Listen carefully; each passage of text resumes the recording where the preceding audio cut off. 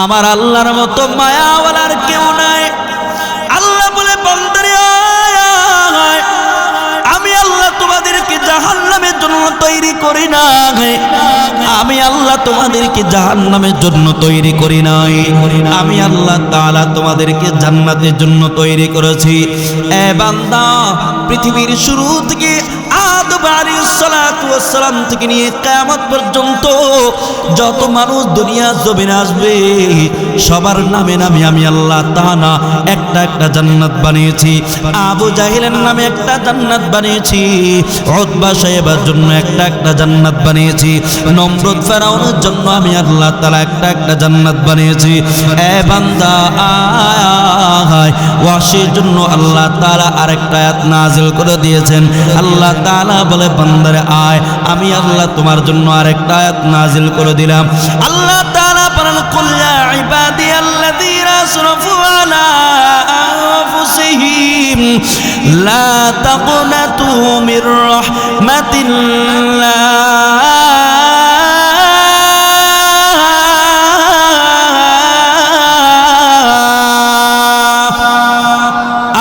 বলেন আল্লাহু আকবার। আল্লাহ পাক বলে বান্দারে এই বান্দা কত মায়া করে ডাক দিয়েছে। বাবা যেমন তার সন্তানকে মায়া করে ডাক দেয়, মা যেমন তার সন্তানকে মায়া করে ডাক দেয়, আদর করে ডাক দেয়, আল্লাহ এমন আদর করে ডাক দিয়েছে এই বান্দারে এই বান্দা তোর গুনাহ যদি আসমানে কিনারা পর্যন্ত পৌঁছে যায়, তোর গুনাহ যদি সারা দুনিয়াতে যায়, এই বান্দা আমি আল্লাহর কাছে আসতে দেরি রে বান্দা, আমি আল্লাহ তোর জীবনের গুনাহগুলা মাফ করতে দেরি করব না। আল্লাহু আকবার, জোরে বলেন আল্লাহু আকবার। এবার সে আল্লাহর নবীর কাছে রওনা দিয়েছে। আল্লাহর নবীর কাছে আসার পর দেখে খুব ভয় পাইতেছে, কারণ খুনি তো খুব ভয় পাচ্ছে আল্লাহর নবীর সামনে কেমনে যাবে। আয়েশা দেখে রাসূল আরবি সাল্লাল্লাহু আলাইহি সাল্লামের সামনে হযরত ওমর ফারুক রাদিয়াল্লাহু তাআলা আনহু বসা, হযরত আবু বকর সিদ্দিক রাদিয়াল্লাহু তাআলা আনহু বসা। আচ্ছা, ওমরের মেজাজ তো অনেক ঠান্ডা ছিল না? জোরে কন, আরো জোরে, আরো জোরে কন, ওমরের মেজাজ কেমন ছিল? আরো জোরে বলেন। আর আবু বকরের মেজাজ খুব গরম ছিল, ওমরের মেজাজ একটু বেশি গরম ছিল, আর আবু বকরের মেজাজ একটু ঠান্ডা ছিল। ওমরের মেজাজ কেমন গরম, একদিন আল্লাহ তাআলা বলেন, ওমর, আল্লাহর জাতের কসম করে বলছি, আসমানের যত ফেরেশতা আছে, জমিনের যত ফেরেশতা আছে, আমি দেখি যেখানে আপনাকে দেখি আপনাকে সালাম দেয়। সুবহানাল্লাহ, বাড়ি দিকে কইেন, আরো জোরে কোন, রব্বি জিদনি ইলমা, রব্বি জিদনি ইলমা, রব্বি জিদনি ইলমা, রব্বি ইশরাহ লি সাদরি ওয়ায়াসসির লি আমরি ওয়াহলুল উকদাতাম মিন লিসানি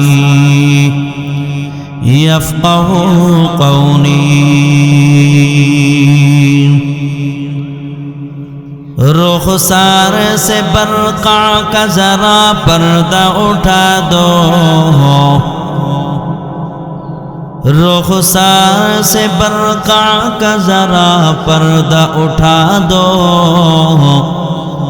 लिल्लाहि मुझे हुस्न खुदा दाद दिखा दो,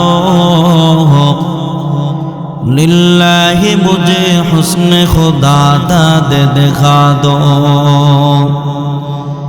ऐ बहर करम सदका हुसैन बिन अली का,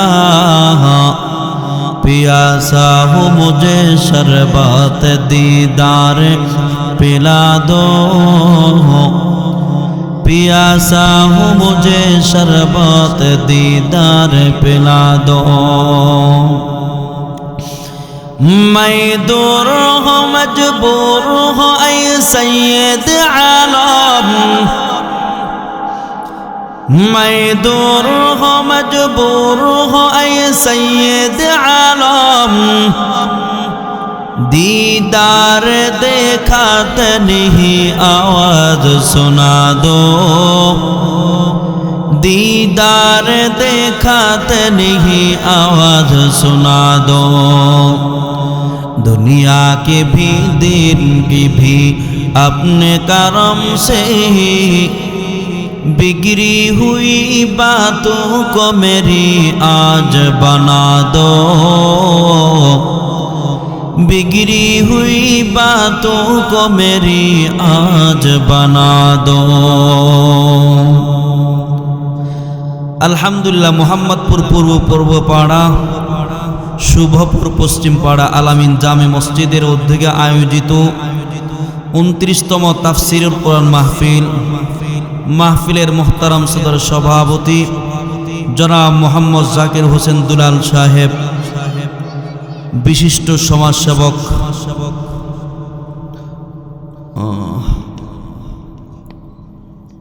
मैनेजर नुरसिंदी केंद्रीय आड़ाले मा बोनेरा, विश्वजगतेर मालिक विश्व प्रतिपालक दरबारे लाखों कोटी शुक्रिया जे महान रब्बुल आलामीन आमादेरके अत्यंत दया ओ माया करे भालोबेसे पवित्र मजलिसे पवित्र बागाने জান্নাতের बागाने आसार बसार तौफिक दान करेছেন। এই জন্য আমরা সকলে অবরত চিত্তে শ্রদ্ধা জড়িত কণ্ঠে ঈমানের আওয়াজে কালিমাতু শুকর আদায় করি আলহামদুলিল্লাহ। উপস্থিতি অনুযায়ী যে পরিমাণ আওয়াজ হওয়ার কথা ছিল সেই পরিমাণ হয়নি। আল্লাহ পাক সমস্ত গুনাহকে উপেক্ষা করে এমন একটা মজলিসে আসার বসার তৌফিক দান করেছেন যেই মজলিসের সাথে আল্লাহর আরশের সাথে সম্পর্ক, আল্লাহর জান্নাতের সাথে সম্পর্ক। এই জন্য আবারও জোরে সোরে উজাড় কণ্ঠে চিৎকার করে শুকর আদায় করে আলহামদুলিল্লাহ।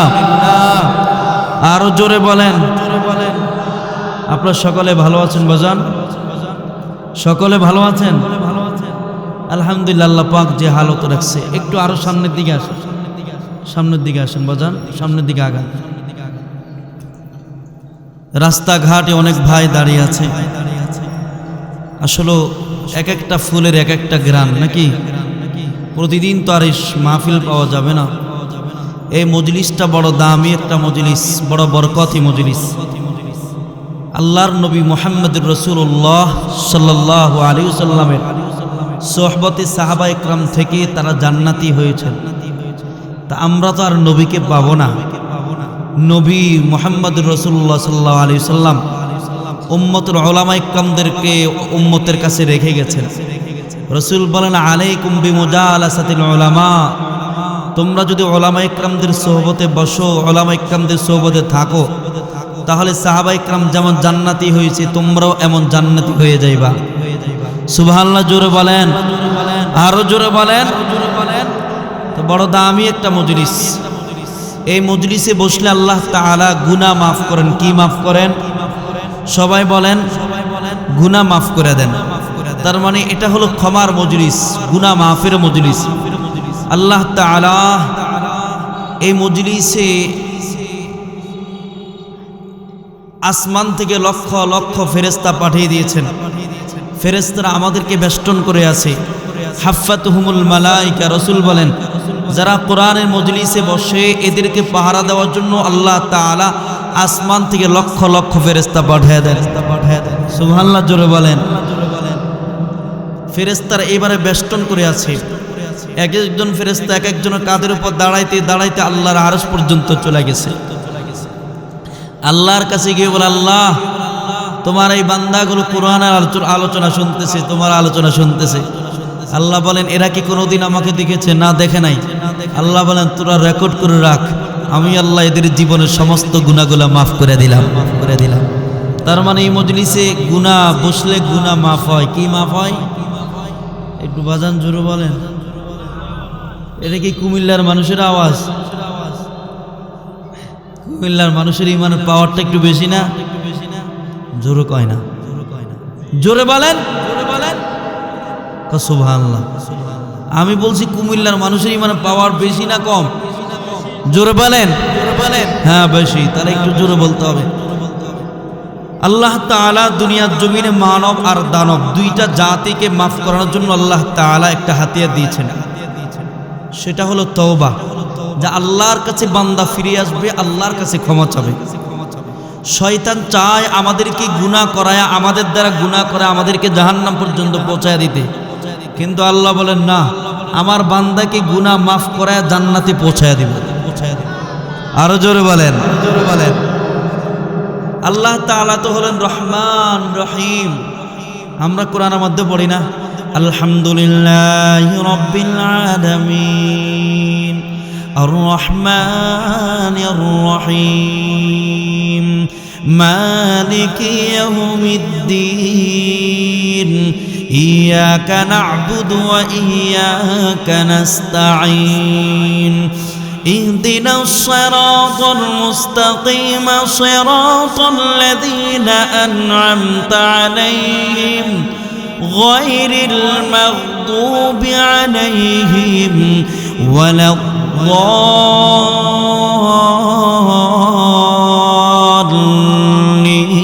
الضالين الله أكبر জোরে বলেন।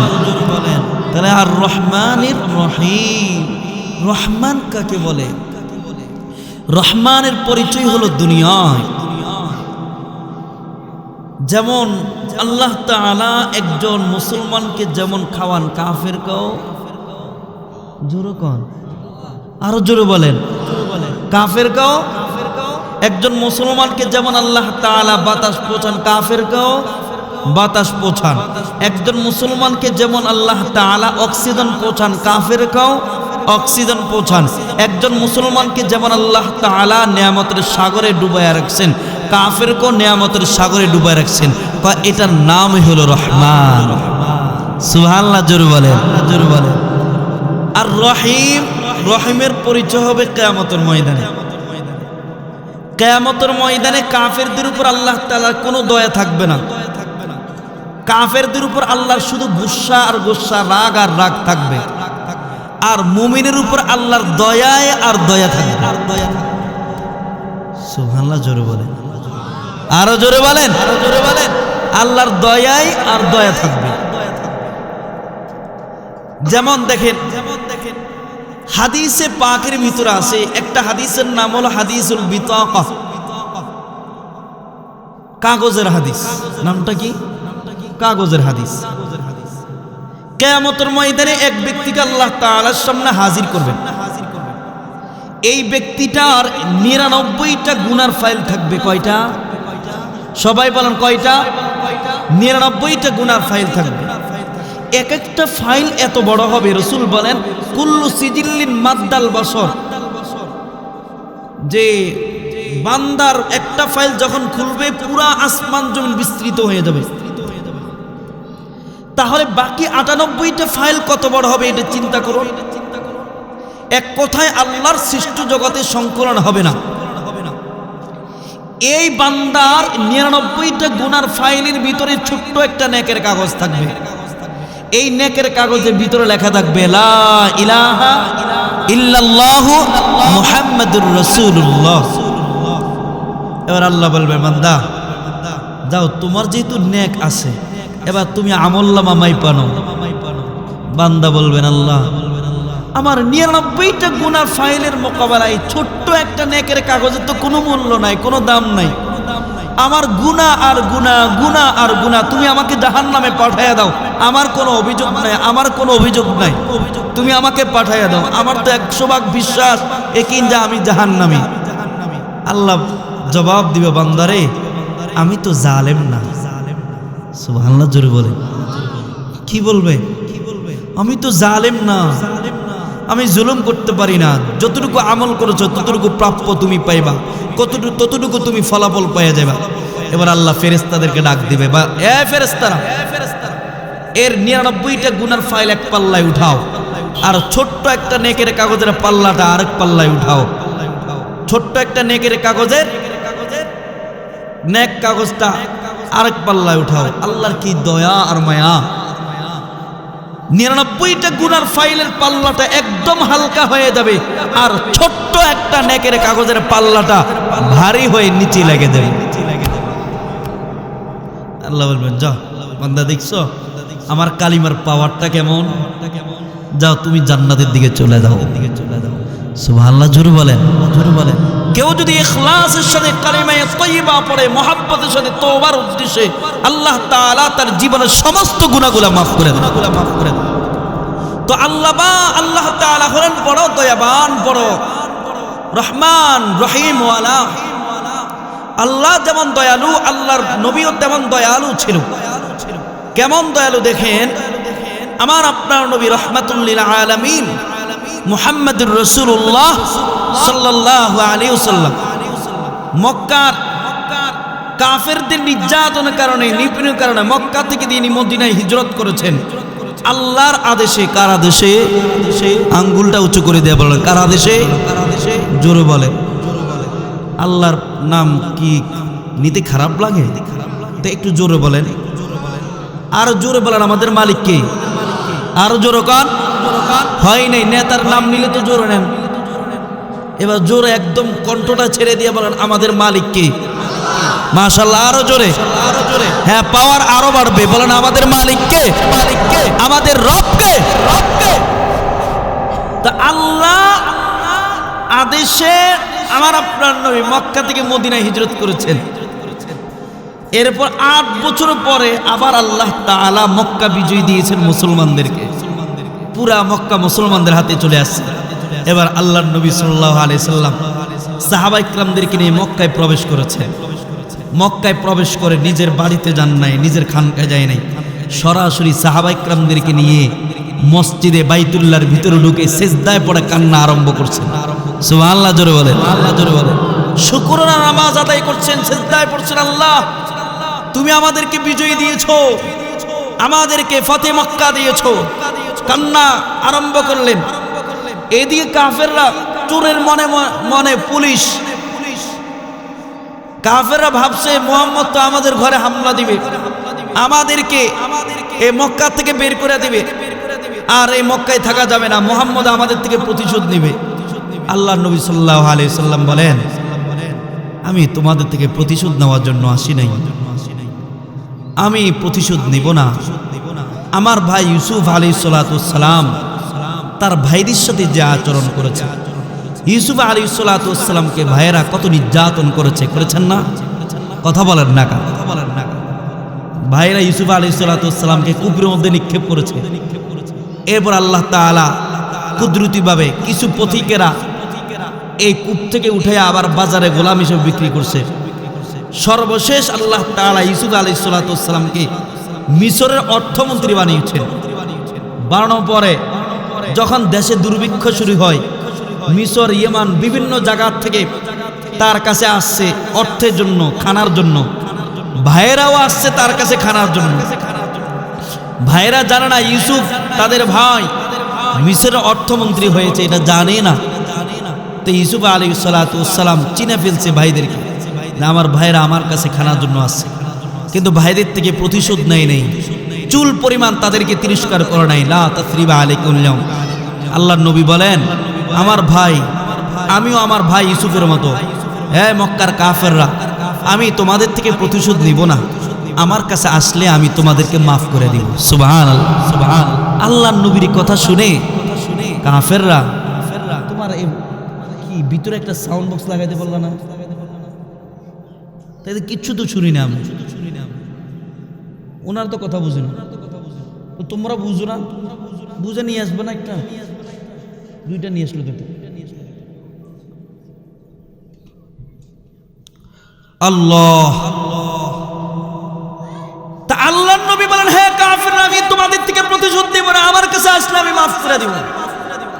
রাসূলের এই কথা যখন কাফেরদের কানে যায়, কাফেররা তো জানে আমার আপনার নবী জীবনে মিথ্যা কথা বলে নাই, বলবো না, এই বিশ্বাস করে আমার আপনার নবীর কাছে একজন নয়, দুইজন নয়, আমার আপনার নবীর কাছে 300 কাফের কালিমা পড়া মুসলমান হয়ে গেছে। আরো জোরে বলেন, জোরে বলেন। এদিকে আল্লাহ রাসূলের চাচা হামজা রাদিয়াল্লাহু তাআলা হত্যাকারী নাম ছিল ওয়াহশী।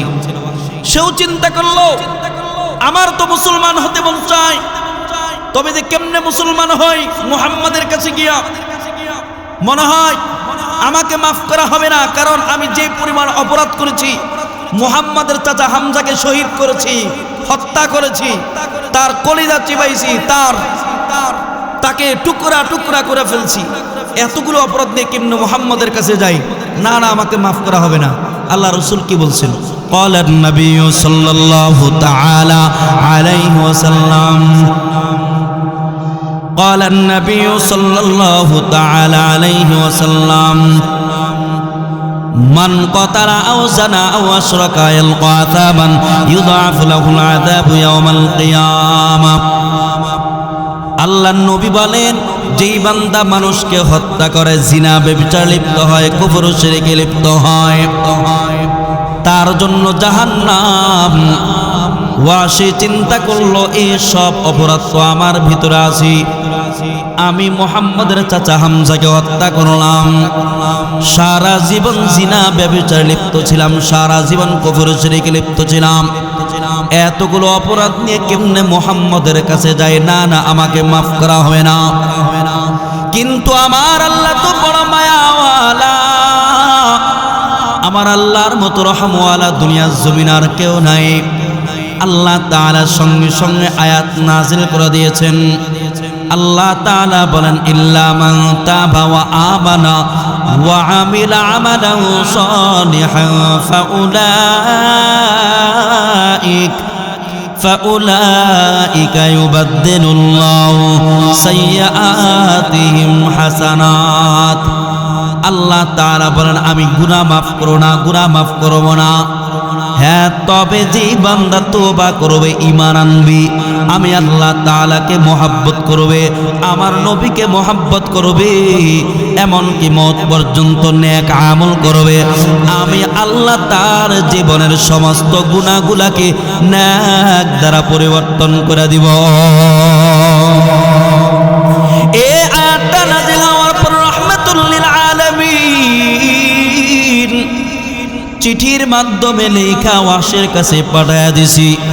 এই ওয়াহশী আয়াত আল্লাহ তাআলা তো তোমার জন্য আয়াত নাজিল করে দিয়েছি, তাড়াতাড়ি আসো, তুমি আয়েশা মুসলমান হইয়া যাও। ওয়াহশী যদিও কাফের, কিন্তু আরবি ভাষা তো বুঝি। সে দেখলো শুধু মুমিন দাবি করলে হবে না, শুধু তওবা করলে হবে না, মওত পর্যন্ত নেক আমল করতে হবে, এটা হলো শর্ত। কিন্তু আমগো দেশে কিছু পীর সাহেবরা আছে, তারা বলে শুধু মারিফাত অর্জন করলে চলবে, নামাজ রোজা লাগে না। এমন পীর সাহেব আমাদের সমাজে আছে কিনা? জোরে কান, বহুত এমন পীর সাহেব আছে। বলেন তো এরা পীর না ভণ্ড? জোরে কান, আর জোরে কান। তো ওয়াহশী চিন্তা করলো শুধু মুমিন দাবি করলে হবে না,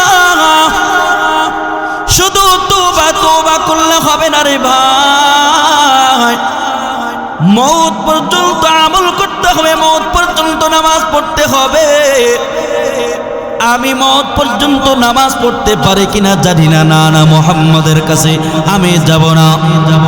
কিন্তু দেবিদ্বারে ও মুহাম্মদপুর এলাকার মুসলমান, আমার আল্লাহর মতো মায়াওয়ালার কেউ নাই। আল্লাহ বলে, বান্দারে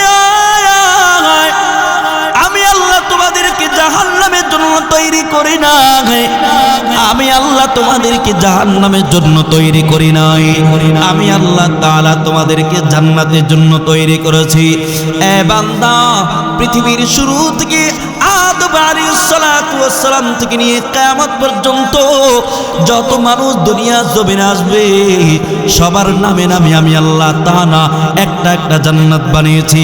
আবু জাহেলের নামে একটা জান্নাত বানিয়েছি, উতবা সাহেবের জন্য একটা একটা জান্নাত বানিয়েছি, নমরুদ ফেরাউনের জন্য আমি আল্লাহ তাআলা একটা একটা জান্নাত বানিয়েছি। এ বান্দা আয়, ওয়াহশীর জন্য আল্লাহ তাআলা আরেকটা আয়াত নাযিল করে দিয়েছেন।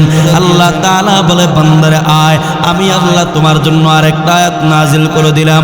আল্লাহ তাআলা বলেন, কুল ইয়া ইবাদিয়াল্লাযীনা আসরাফু আলা আনফুসিহিম লা তাকনাতু মির রাহমাতিল্লাহ।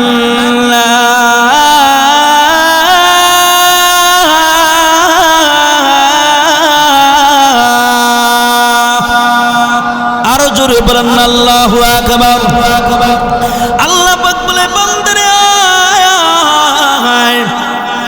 এই বান্দা কত মায়া করে ডাক দিয়েছে। বাবা যেমন তার সন্তানকে মায়া করে ডাক দেয়, মা যেমন তার সন্তানকে মায়া করে ডাক দেয়, আদর করে ডাক দেয়, আল্লাহ এমন আদর করে ডাক দিয়েছে, এই বান্দারে আয়, এই বান্দা তোর গুনাহ যদি আসমানে কিনারা পর্যন্ত পৌঁছে যায়, তোর গুনাহ যদি সারা দুনিয়া চেয়ে যায়, এই বান্দা আমি আল্লাহর কাছে আসতে দেরি রে বান্দা, আমি আল্লাহ তোর জীবনের গুনাহগুলা মাফ করতে দেরি করব না। আল্লাহু আকবার, জোরে বলেন আল্লাহু আকবার। এবার সে আল্লাহর নবীর কাছে রওনা দিয়েছে। আল্লাহর নবীর কাছে আসার পর দেখে খুব ভয় পাইতেছে, কারণ খুনি তো খুব ভয় পাচ্ছে আল্লাহর নবীর সামনে কেমনে যাবে। আয়েশা দেখে রাসূল আরবি সাল্লাল্লাহু আলাইহি সাল্লামের সামনে হযরত ওমর ফারুক রাদিয়াল্লাহু তাআলা আনহু বসা, হযরত আবু বকর সিদ্দিক রাদিয়াল্লাহু তাআলা আনহু বসা। আচ্ছা, ওমরের মেজাজ তো অনেক ঠান্ডা ছিল না? জোরে কন, আরো জোরে, আরো জোরে কন, জোরে কন। ওমরের মেজাজ কেমন ছিল? আরো জোরে বলেন। আর আবু বকরের মেজাজ খুব গরম ছিল, ওমরের মেজাজ একটু বেশি গরম ছিল, আর আবু বকরের মেজাজ একটু ঠান্ডা ছিল। ওমরের মেজাজ কেমন গরম, একদিন আল্লাহ তাআলা বলেন, ওমর, আল্লাহর জাতের কসম করে বলছি, আসমানের যত ফেরেশতা আছে, জমিনের যত ফেরেশতা আছে, আমি দেখি যেখানে আপনাকে দেখি আপনাকে সালাম দেয়। সুবহানাল্লাহ, বাড়ি দিকে কইেন, আরো জোরে কোন।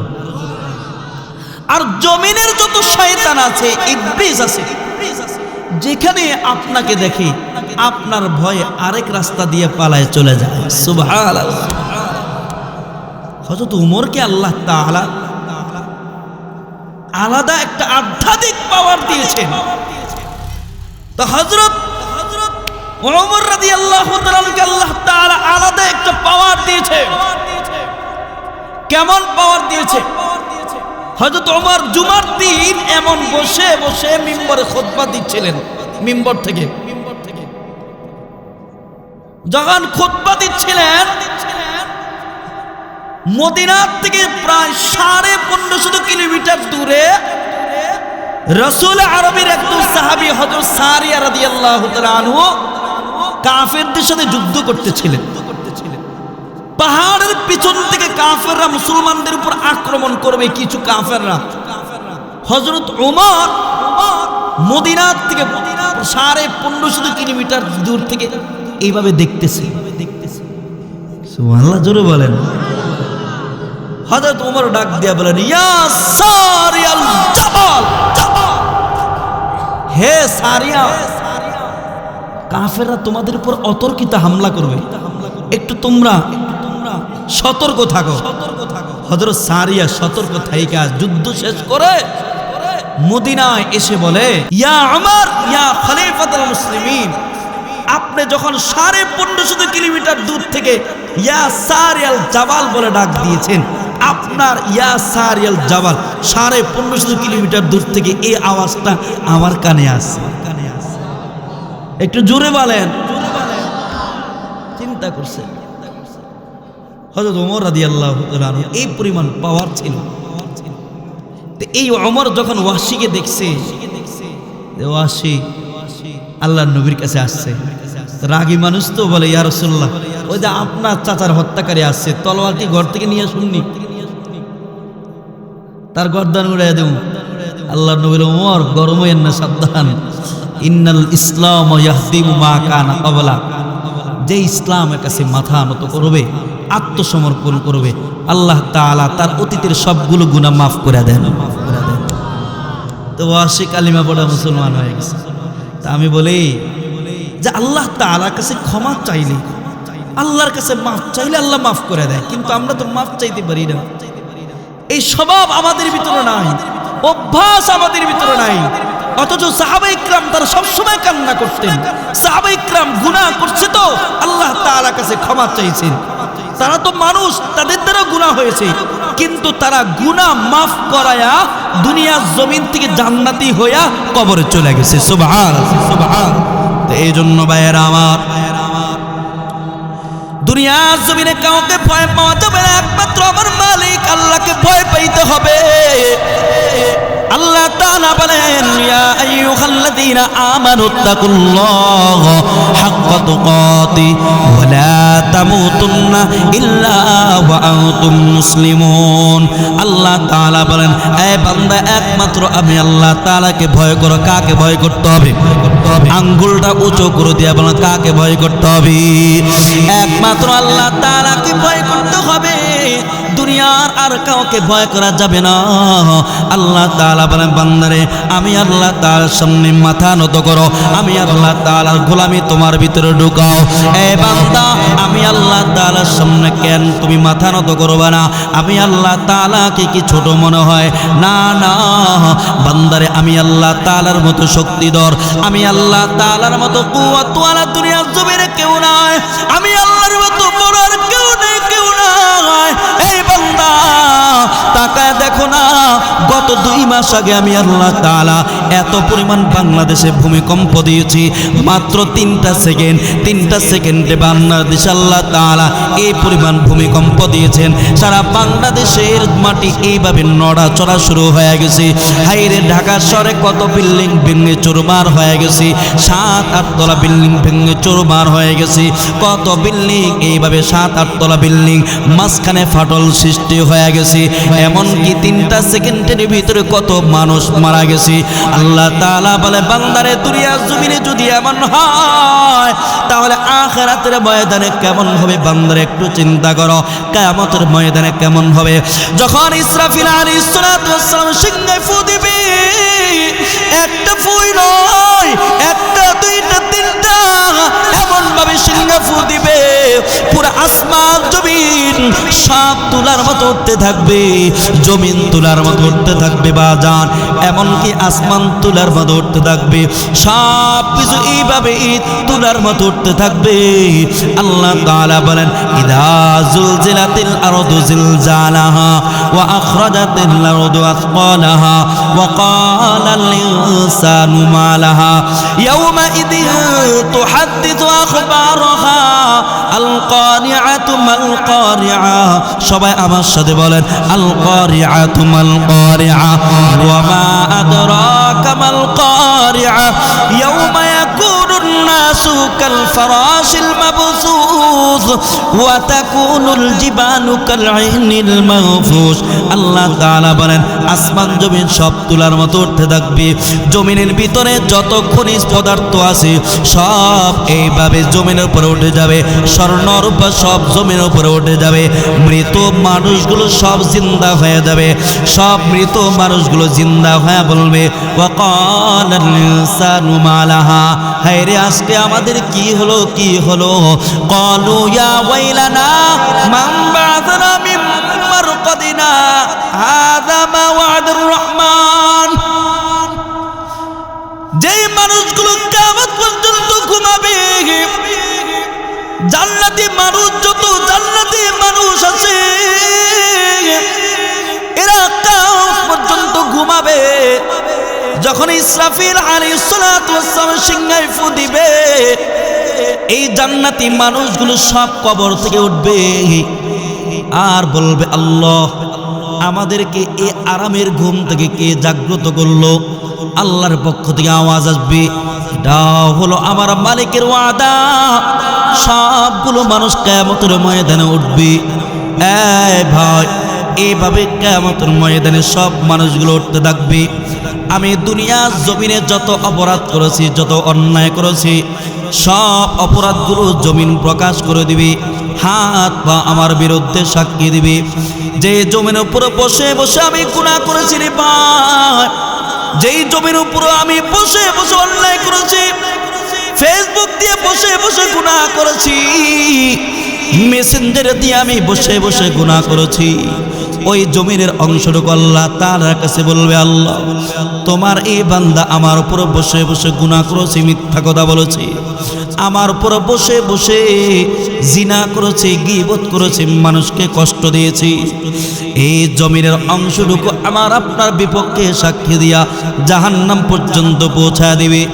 আর যে জমির উপর বসে বসে বান্দা কোরআনের বয়ান শুনেছে, কোরআন তেলাওয়াত করেছে, দ্বীনের আলোচনাগুলো শুনেছি, এমনকি আল্লাহর কুদরতে পায়ে সেজদায় লুটে পড়ছে, নামাজ পড়েছে, তাহাজ্জুদ আদায় করেছে, জিকির আজকার করেছে, ওই জমিনের অংশটুকু আল্লাহ তাআলার কাছে বলবে, আল্লাহ তোমার এই বান্দা আমার উপর বসে বসে কোরআনের বয়ান শুনেছে, তোমাকে স্মরণ করেছি, তোমার নবীর আলোচনাগুলো শুনেছি, কোরআন তেলাওয়াত করেছি, জিকির আজকার করেছি।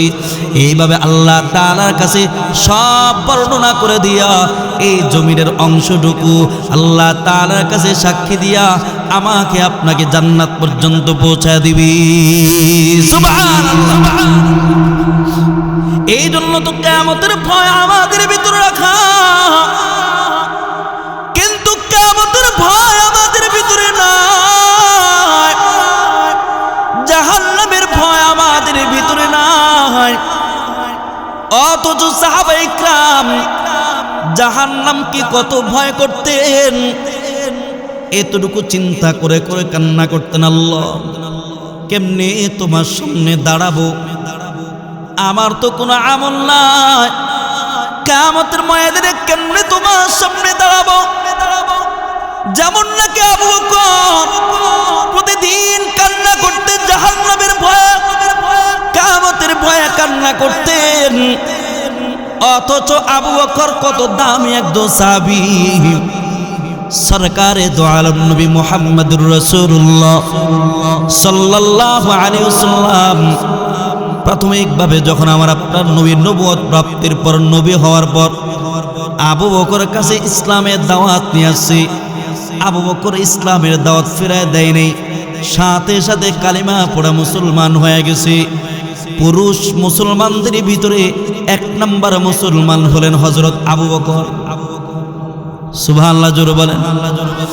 এমনকি আল্লাহর নবী ১০ জন সাহাবী যাদেরকে দুনিয়ার জমিনে জান্নাতের সুসংবাদ দিয়েছেন, তার ভিতরে আবু বকর সিদ্দিক রাদিয়াল্লাহু তাআলা আনহু ১ নম্বর জান্নাতি সাহাবী। শুধু এখানে শেষ না, কিয়ামতের ময়দানে আমার আপনার নবীর আগে তো কেউ জান্নাতে যেতে পারবে না। ১,২৪,০০০ পয়গম্বর নবী দুনিয়া জমিনে পাঠিয়েছেন, মতান্তরে ২ লক্ষ পয়গম্বর। কোন নবী আমার আপনার নবীর আগে জান্নাতে যেতে পারবে না। কয় আমার আপনার নবী জান্নাতে সবার আগে যাবে, আমার আপনার নবী জান্নাতে যাওয়ার আগে জান্নাতও খোলা হবে না। আমার আপনার নবী জান্নাতের সামনে যাবে তো জান্নাত ওপেন হয়ে যাবে, তাহলে সবার আগে আমার আপনার নবী জান্নাতে যাবে। কয় আবু বকর, কয় এবার নবীর পরে কে আগে জান্নাতে যাবে? ১,২৪,০০০ পয়গম্বর বলে না না, কয় আমার আপনার নবীর পরে যিনি আগে জান্নাতে যাবে তিনি হলেন আবু বকর। সুবহানাল্লাহ। এ আবু বকর এত দামি হইয়া মাঝে মধ্যে এমন বসে বসে শুধু কাঁদতেন, মাঝে মধ্যে বসে রয়েছেন, খের কোণার দিকে তাকা তাকা কাঁদতেন, মাঝে মধ্যে গাছের পাতার দিকে তাকা তাকা কাঁদতেন, মাঝে মধ্যে পাখির দিকে তাকা তাকা কাঁদতেন।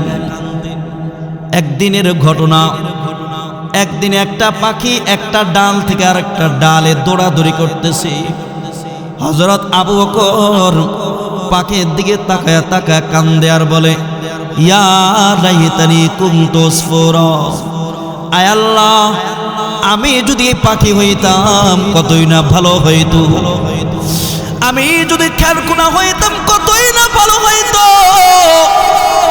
আমি যদি গাছের পাতা হইতাম কতই না ভালো হইতো। আল্লাহ আজকে তুমি আমাকে মানুষের ঘরে পাঠিয়েছো, সব মানুষরা কিয়ামতের ময়দানে তোমার সামনে দাঁড়ানো লাগবে। একটা পাখিও তোমার সামনে দাঁড়াবে না, দুনিয়ার কোনো মাখলুক তোমার সামনে দাঁড়াবে না। জিন ইনসান একমাত্র তোমার সামনে দাঁড়াবে হিসাব নিকাশ দেওয়ার জন্য, হিসাব দেওয়ার জন্য তোমার সামনে দাঁড়াবে। তুমি আমি আবু বকরকে মানুষের ঘরে পাঠিয়েছো, আল্লাহ আমি কেমনি তোমার সামনে দাঁড়াবো? আমারও তো কোনো আমল নাই, কোনো আমল নাই, আমি কেমনে তোমার সামনে দাঁড়াবো? এইভাবে কাঁদছেন হযরত আবু বকর। বলতে আমি একজন সাহাবী, রাসূল আরবি বলেন মান আরাদা আইয়ানজুরা ইলা মাইয়িতিন ইয়ামশি আলা ওয়াজহিল আরদি ফালইয়ানজুর ইলা ইবনি আবি কুহাফা। আল্লাহর নবী বলেন, এ সাহাবায়ে কেরাম শুনো, এই যে দেখো আবু বকর হলো একটা চলমান লাশ। যদি দুনিয়ার জমিনে চলমান লাশ দেখতে চাও তে আবু বকরের দিকে তাকাও। কয় আবু বকর এমন একজন সাহাবী, একটা মানুষ যেমন দুনিয়ার জমিনে গেলে, দুনিয়ার জমিন থেকে গেলে এই দুনিয়ার মানুষের সাথে যেমন দুনিয়ার সাথে এই মানুষটার সাথে যেমন দুনিয়ার কোনো সম্পর্ক নাই, এই মানুষটার সম্পর্ক হলো আখিরাতের সাথে। কয় আবু বকর একটা চলমান লাশ, যদিও দেখতেছো দুনিয়ার জমিনে চলতেছে, কিন্তু এটার তার নজর দুনিয়ার দিকে না, কয় তার নজর হলো আখিরাত। এ আবু বকর সবসময় আল্লাহ তাআলার কাছে বলতো, আল্লাহ দুনিয়ার জমিন থেকে কখন যাব আর তুমি মালিকের সাথে কখন দেখা করব, এই চিন্তা সবসময় আবু বকরের ভিতরে থাকতেন। সুবহানাল্লাহ। ভাইরা আমার, সাহাবায়ে কেরাম এমনিতে দামি হয় না। সাহাবায়ে কেরাম আল্লাহর মুহাব্বত দিয়ে, রাসূল আরবের মুহাব্বত দিয়ে দুনিয়া জমিন থেকে বিদায় নিয়েছে। সাহাবায়ে কেরাম মাঝে মধ্যে বলতেন, আমরা যদি এক সপ্তাহ ক্ষুধা থাকি, কিন্তু নবীর চেহারার দিকে তাকাইলে আমাদের এক সপ্তাহের ক্ষুধা মিটে যাইত। সুবহানাল্লাহ, সুবহানাল্লাহ। সাহাবায়ে কেরাম নবীর জন্য কত পাগল। ওই যে আব্দুল্লাহ ইবনে যায়েদ ইবনে আব্দুর রব্বি, কত দামি একজন সাহাবী। হায়রে, যে সাহাবীর কারণে আজ পর্যন্ত সারা পৃথিবীর প্রতিটা মসজিদ থেকে, মসজিদে মিনার থেকে আজানের আওয়াজ আসে। এই আব্দুল্লাহ ইবনে যায়েদ ইবনে আব্দুর রব্বি বাগানে কাজ করতেছিলেন, খেজুর বাগানে, এইভাবে খেজুর পাড়তেছিলেন। হঠাৎ করে তার কানে আসে, আল্লাহর নবী দুনিয়ার জমিনে নাই, আল্লাহর নবী দুনিয়ার জমিন থেকে ইন্তিকাল করেছে। এ আব্দুল্লাহ ইবনে যায়েদ ইবনে আব্দুর রব্বি, আসমা এইভাবে গাছের থেকে নাইমা নিচে পড়ে গেছে। আল্লাহর কাছে দুই হাত তুলে বলে, আল্লাহ যেই জমিনে আমার মায়ার নবী নাই, এই জমিনে আমি থাকতে পারি না, এই জমিনে আমি এই জমিন দেখতে চাই না। যে জমিনে আমার মায়ার নবী নাই, যে চক্ষু দিয়ে আমি আমার মায়ার নবীকে দেখতে পাবো না, এই চক্ষু দিয়ে আমি আমার সন্তানাদি, আমার স্ত্রীরা, যে চক্ষু দিয়ে আমি আমার হাবিবকে দেখতে পাবো না, এই চক্ষু দিয়ে আমি আসমান দেখতে চাই না, জমিন দেখতে চাই না, তুমি আমার দুইটা চক্ষু অন্ধ করে দাও। আল্লাহ তাআলার কাছে এইভাবে দোয়া করতে দেরি, তার দুইটা চক্ষু অন্ধ হতে দেরি হয় না। সুবহানাল্লাহ, সুবহানাল্লাহ। ভাইরা আমার, এই নবীকে সাহাবায়ে কেরাম এত পরিমাণ ভালোবাসতেন। এই নবীর জন্য সাহাবায়ে কেরাম বাড়ি ত্যাগ করেছে, সন্তান ত্যাগ করেছে। ওই দিন নবীর একজন সাহাবী হযরত উকবা রাদিয়াল্লাহু তাআলা আনহু, এই কথা বলে আমি শেষ করে দিব। এই হযরত উকবা রাদিয়াল্লাহু তাআলা আনহু, আল্লাহর নবী যখন এলান করেছেন কে কে যুদ্ধের ময়দানে যাইবা, কে কে বদর যুদ্ধে যাইবা, তখন হযরত উকবা রাদিয়াল্লাহু তাআলা আনহু তিনি নামটা লেখাইছেন, রাসূল আরবি আমি আপনার সাথে যুদ্ধের ময়দানে যাব।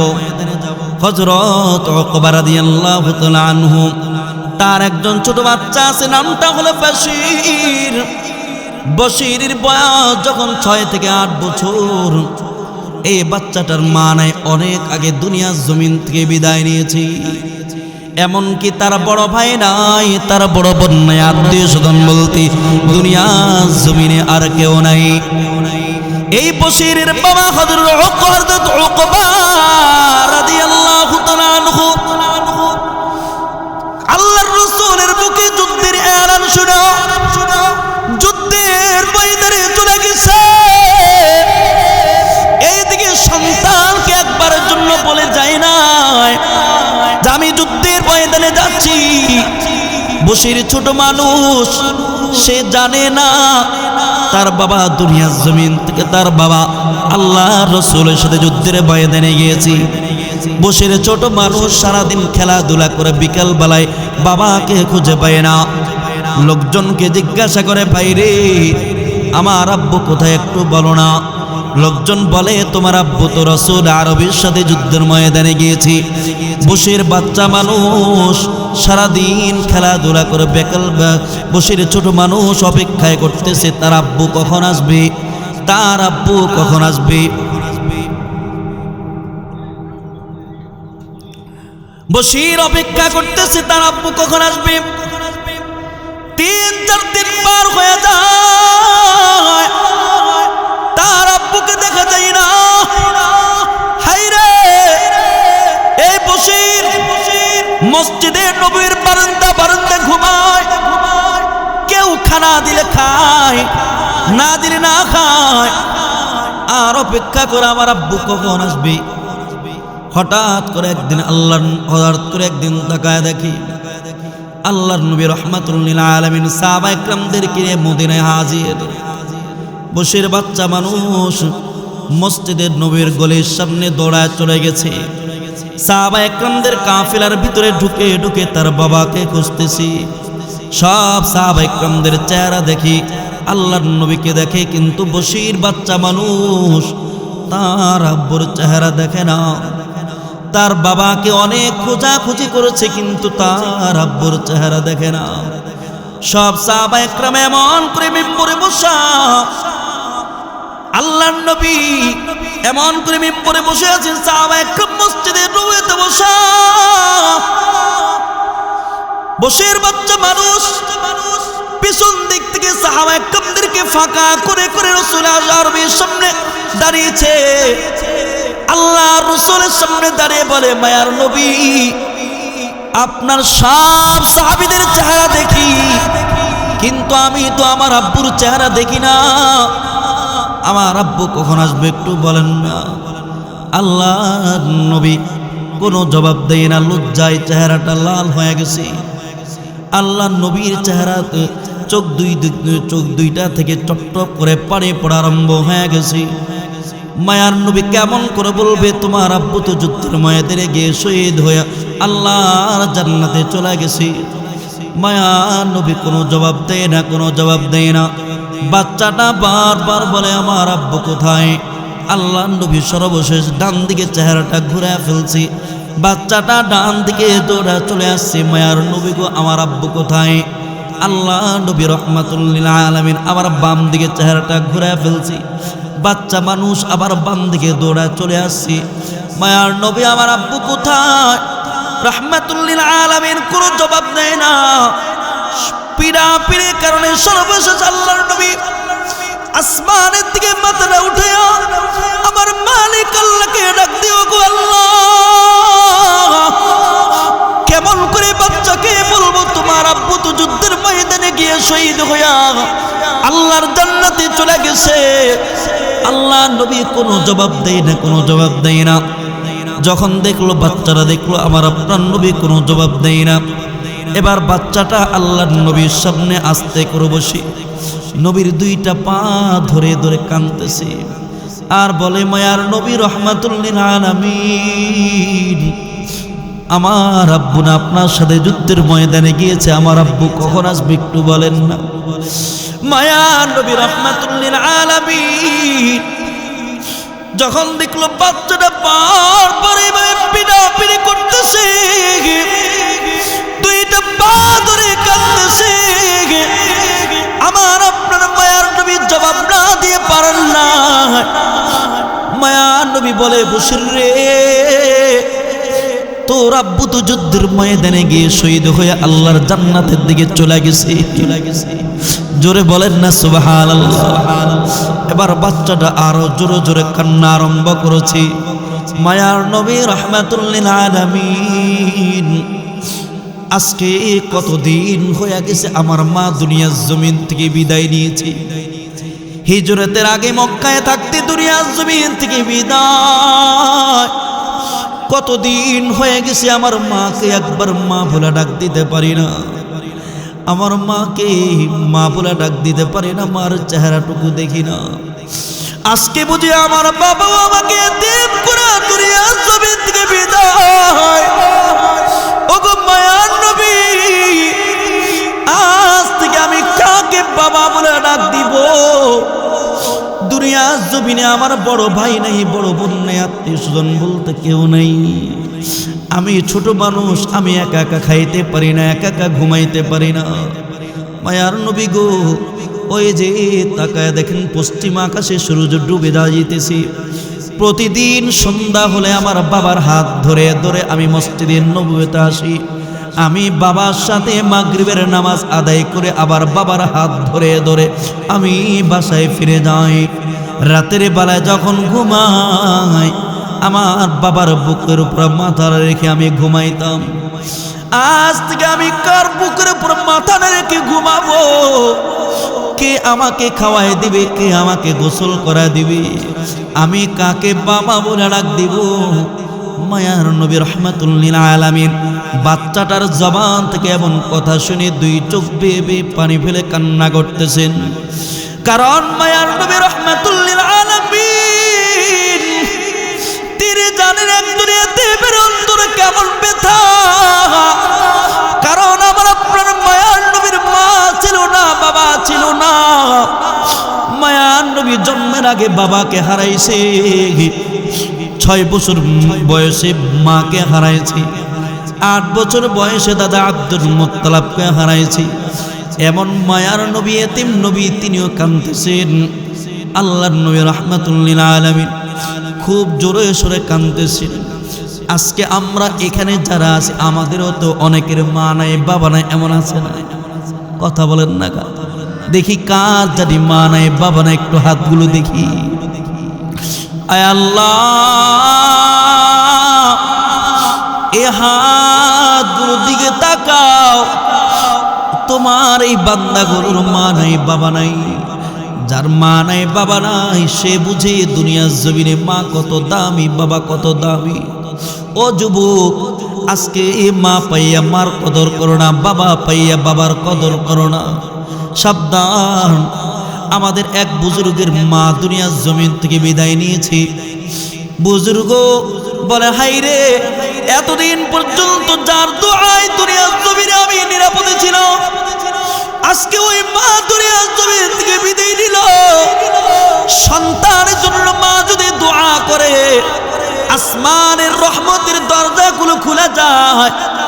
মা যদি সন্তানের জন্য দোয়া করে, আসমানের দরজা, রহমতের দরজাগুলো খুলে আসমানের মালিকের কাছে কবুল হয়ে যায়।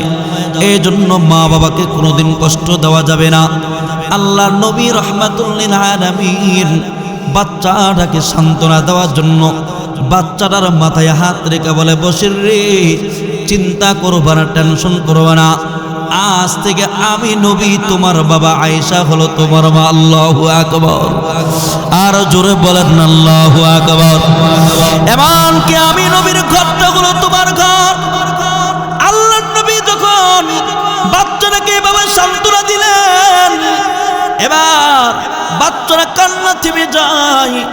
আল্লাহর নবী কত মায়াওয়ালা ছিল, বাচ্চাটাকে সান্ত্বনা দিয়েছি। এত বড় একজন নবী বাচ্চার মাথায় এভাবে হাত রাখছে, কারণ এতিমদের মাথায় হাত রাখে লেগে ওই হাতের নিচে যতগুলো চুল থাকে আল্লাহ তাআলা বান্দার আমলনামায় ততগুলো সব আল্লাহ তাআলা দিয়া দেন। সুবহানাল্লাহ। এই জন্য যখন এতিমদেরকে দেখবেন, এতিম মেয়ে হোক অথবা ছেলে হোক, তাদের মাথায় হাত রাখবেন। কোনদিন তাদেরকে ধমক দেওয়া যাবে না। ফাআম্মাল ইয়াতীমা ফালা তাকহার ওয়া আম্মাস সাইলা ফালা তানহার। আল্লাহর নবী বলেন এতিমদেরকে কোনোদিন ধমক দিবে না। এতিমদেরকে আল্লাহ তাআলা পছন্দ করেন। আমার আপনার নবী সরকারে দো আলম নবীও পছন্দ করতেন। এজন্য রাসূল আরবি বলেন কেউ যদি এতিমদের মাথায় হাত রাখে, এভাবে হাত রাখে, ওই হাতের নিচে যতগুলো চুল থাকবে আল্লাহ তাআলা তার আমলনামায় ততগুলো সওয়াব দিয়ে দিবেন। সুবহানাল্লাহ সুবহানাল্লাহ। তো ভাইরা আমার বলতেছিলাম এই সাহাবায়ে কেরাম নবীর জন্য বাড়ি ত্যাগ করেছে, সাহাবায়ে কেরাম নবীর জন্য নিজের ঘর ত্যাগ করেছে, সাহাবায়ে কেরাম নবীর জন্য স্ত্রী ত্যাগ করেছে, বাড়ি ত্যাগ করেছে। আমি আর আপনি কেন পারি না?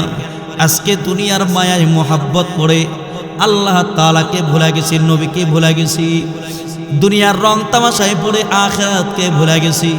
কিন্তু না না, এমন করা যাবে না। একদিন আল্লাহ তাআলার দরবারে দাঁড়াইতে হবে। কি নিয়ে দাঁড়াবো? এই জন্য সামনে রমজান মাস আসতেছে। আল্লাহ তাআলার কাছে বলবো, আল্লাহ আমাদেরকে রমজানের ভিতরে আমাদেরকে মওত দিও, যদি মওত দিতে হয় রমজানের ভিতরে আমাদের, রমজান আগে আমাদেরকে ক্ষমা করে দাও। সব সময় আল্লাহ তাআলার কাছে দোয়া করব, আল্লাহুম্মা বারিক লানা ফি রজব ওয়া শাবান ওয়া বাল্লিগনা রমাজান।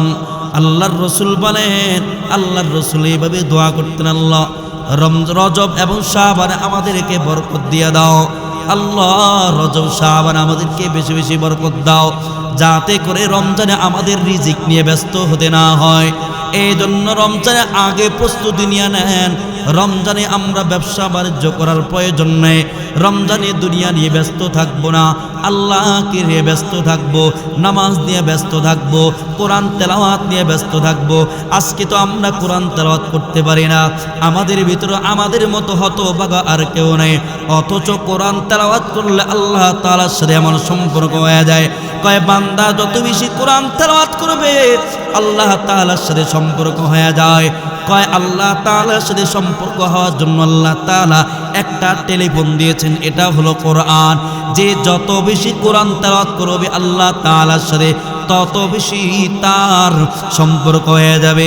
ওই যে কারি আসিম রাহমাতুল্লাহ আলাইহি, কত বড় একজন বুজুর্গ, সব সময় আল্লাহর কোরআন তেলাওয়াত করতেন, এত বেশি তেলাওয়াত করতেন কারি আসিম, এত বেশি তেলাওয়াত করতেন। একজন হাফেজ, একজন কারি ছিলেন কারি আসিম রাহমাতুল্লাহ আলাইহি। একদিন তেলাওয়াত করতে করতে তিনি ঘুমায়া গেছেন। তার পছন্দের সবচেয়ে পছন্দের ছিল আল্লাহর কোরআন তেলাওয়াত। সুবহানাল্লাহ, আরো জোরে বলেন না সুবহানাল্লাহ। বেশি বেশি কোরআন তেলাওয়াত করতেন। কোরআন তেলাওয়াত যেদিন তিনি করতে পারতেন না, পাগলের মতো হয়ে যাইতেন, এত বেশি তিনি তেলাওয়াত করতেন। এ আল্লাহর বান্দা একদিন তেলাওয়াত করতে করতে ঘুমায়া যায়। হঠাৎ করে আল্লাহর নবী সামনে চলে আসে। আল্লাহর নবী এসে বলে, কারে আসেন, তুমি আল্লাহর কোরআনকে তুমি এত মহব্বত করো, এত মহব্বত করো। আল্লাহ নবী সাল্লাল্লাহু আলাইহি সাল্লাম তার ঠোঁটে একটু চুমু খাইছেন। হাই রে, কারে আসিম রাহমাতুল্লাহি আলাইহি তার ঘুম ভেঙে যায়। এবার তিনি তাহাজ্জুদ পড়ে ওযু করে ছাত্রদের সামনে বসে বসে তেলাওয়াত করতেছেন। হাই রে, তার মুখ থেকে এত বেশি মেশকাম্বারে ঘেরা। এক ছাত্র জিজ্ঞাসা করে, হুজুর আপনি কি কোনো আতর ব্যবহার করছেন কিনা? বলেন, না না, আমি কোনো আতর ব্যবহার করি নাই। আল্লাহর কসম করে বলছি, আমি কোনো আতর ব্যবহার করি নাই। আমি আল্লাহর কোরআন তেলাওয়াত এত মহব্বত করি, কোরআন তেলাওয়াত করলে আমার দিলটা ঠান্ডা হয়ে যায়। যেদিন আমি কোরআন তেলাওয়াত করতে পারি না, আমার দিলটা ভাঙ্গা থাকে, আমার ভিতর আফসোস এত পরিমাণ থাকে। আমি আজকে রাত্রে কোরআন তেলাওয়াত করতে করতে ঘুমায় গেছি। কোরআন তেলাওয়াতের কারণে আল্লাহ তাআলা, আল্লাহর নবী আমার কাছে চলে আসছে। আল্লাহর নবী স্বপ্ন যোগে আমাকে চুম্বন করেছেন। রসুলের পুরা শরীরটা তো মেশকাম্বারে ঘেরা ভরা ছিল। আল্লাহর নবীর ঠোঁটটা আমার ঠোঁটের সাথে লাগছে, এই কারণে আমার পুরা শরীরটা মেশকাম্বারে ভরে গেছি। সুবহানাল্লাহ। এই জন্য ওয়াদা করেন, আমরা সামনে রমজান মাস আসতেছে, রমজানে বেশি বেশি কোরআন তেলাওয়াত করব। কোরআন তেলাওয়াত যদি না করতে পারি, অন্তত কমপক্ষে আল্লাহর কোরআন নিয়ে এইভাবে লাইনে লাইনে ঘুরাবো, হাত ঘুরাবো, আল্লাহ কোরআন তেলাওয়াত তো করতে পারি না, অন্তত কমপক্ষে তোমার কোরআনটা একটু দেখতেছি। আল্লাহ তাআলা এই কারণে আল্লাহ মাফ করে দিবেন। সুবহানাল্লাহ, আল্লাহ মাফ করে দিবেন, কোনো সন্দেহ নাই। কোরআন বড় দামি জিনিস। হযরত ওমর ফারুক রাদিয়াল্লাহু তাআলা বলেন, আমি ইসলামের পূর্বে কত বড় নেতা ছিলাম, আমি মুহাম্মদ আমার নবীকে হত্যা করার জন্য গেছি, কিন্তু কোরআনের বরকতে আল্লাহ তাআলা আমাকে এত দামি বানিয়েছে, আল্লাহ তাআলা আমাকে অর্ধ জাহানের শাসক বানিয়ে দিয়েছে। আরো জোরে বলেন, কোরআনের বরকতে আল্লাহ তাআলা আমাকে দুনিয়ার জমিনে জান্নাতের সুসংবাদ দিয়ে দিয়েছেন। সুবহানাল্লাহ। এই জন্য ভাইয়েরা আমার, আজ থেকে আমরা ওয়াদা করি আমরা নামাজ ছাড়ব না।